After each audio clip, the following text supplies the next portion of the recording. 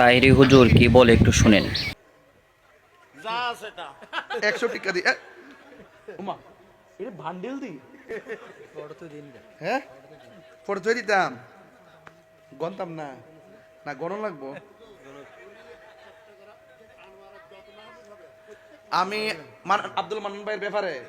আমি আনছিলাম সব জানি এর কত রে 1 2 3 4 5 6 7 8 9 10 11 12 13 14 15 16 17 20 21 22 23 24 25 26 27 28 এক্সেলেন্স দেখিও গড়া দিয়ে বললে গিয়েছে গা 500 কাকে দিয়েছে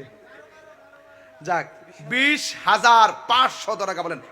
মারহাবা নারে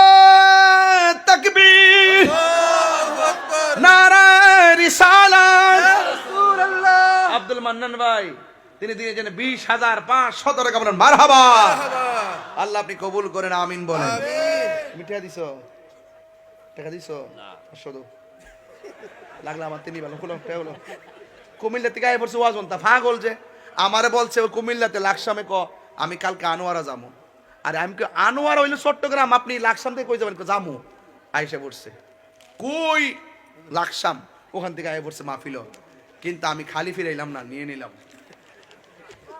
তাহির হুজুর চাইলে কি কেউ না করতে পারে না যদি বলি বাড়িটা লিখে দাও টিনের ঘরটা লিখে দাও বিল্ডিং ঘরটা নিয়ে যাও নিয়ে যাবে দিয়ে যাবে মারহাবা জোরে বলেন এই ছেলেরা কোথায় যাও কই মা ছেলে তো ওখানে বসে গেছে এরা তো নিয়মিত শ্রোতা হয়ে গেছে এভাবে কেন পিছন দিক দেখেন আর কি কোনো লোক নাই কি আশ্চর্য আপনারা এখানে যে লোকগুলো এসেছেন আপনারা যদি মাত্র 100 করে টাকা দেন মিনিমাম প্রায় 50,000 টাকা হবে ঠিক না মাত্র 100 করে টাকা দিলে 30,000 টাকা হবে আপনারা দেন সবাই দেন কেউ বাদ যাবেন এটা একটু উৎসাহ দেন ভাই যেন আমরা যেন বারবার আনন্দের সাথে আমরা যেন বলতে পারি যে আপনারা অনেক দানবীর আপনারা অনেক ভালো মানুষ দেন